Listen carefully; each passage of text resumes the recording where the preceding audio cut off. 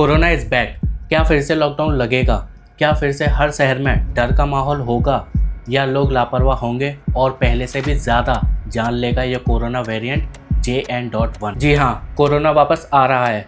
हाँ, आपने सही सुना। JN.1 नाम का एक नया वेरिएंट दुनिया भर में फैल रहा है।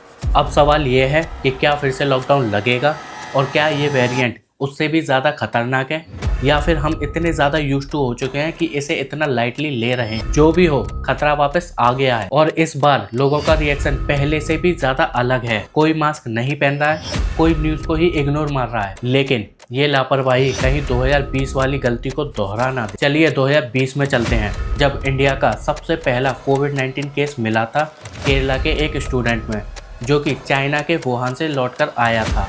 और किसी ने नहीं सोचा होगा कि ये पूरे ग्लोबल के लिए एक नाइटमेयर बन जाएगा। लाखों जानें चली गईं, हर कोने में सिर्फ एक ही नाम गूंज रहा था, कोरोना। लेकिन फिर वैक्सीन आई, इंडिया ने रिकॉर्ड टाइम में लोगों को वैक्सीनेट किया, कोविड के धीरे धीरे केसेस कम होने लगे और दुनिया ने सुकून की सांस ली। लेकिन क्या वायरस सच में गया था या फिर छुप गया था एक नए रूप में? JN.1 वेरिएंट ओमिक्रॉन का ही सब वेरिएंट है, लेकिन इसमें एक ट्विस्ट है। इसके स्पाइक प्रोटीन में 30 से ज़्यादा म्यूटेशंस हैं।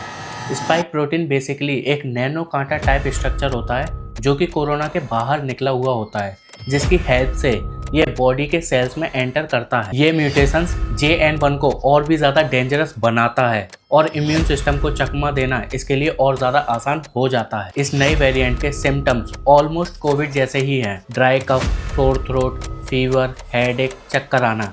लेकिन दिक्कत यह है, JN.1 को डिटेक्ट करना उतना आसान नहीं है। अब तक इंडिया में 257 एक्टिव केसेस रिपोर्ट हो चुके हैं, जिसमें सबसे ज़्यादा केरला में 69 केसेस, महाराष्ट्र में 44 केसेस और तमिलनाडु में 33 केसेस रिपोर्ट हो चुके हैं। और भी कई स्टेट्स में आइसोलेटेड केसेस पाए गए हैं। महाराष्ट्र के 2 डेथ केसेस ने सभी को शॉक में डाल दिया, लेकिन इन दोनों केसेस में कोविड अकेला रेस्पॉन्सिबल नहीं था।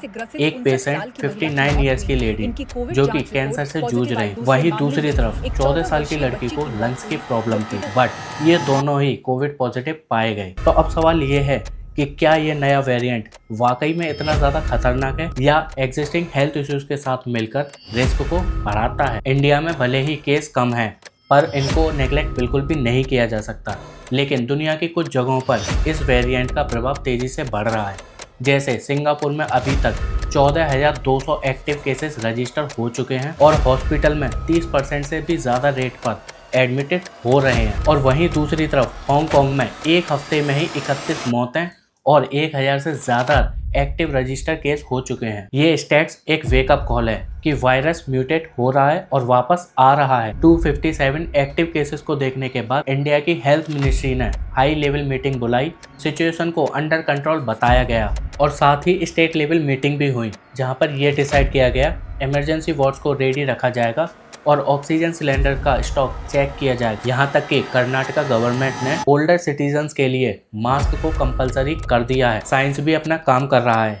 येल यूनिवर्सिटी के साइंटिस्ट ने बनाई है नस्ल बूस्टर वैक्सीन, जो कि नाक से दी जाएगी, क्योंकि वायरस भी नाक से ही एंटर होता है, तो अगर उसको वहीं पर डिफेंड किया जाए तो ज़्यादा बेहतर ये काम करेगी।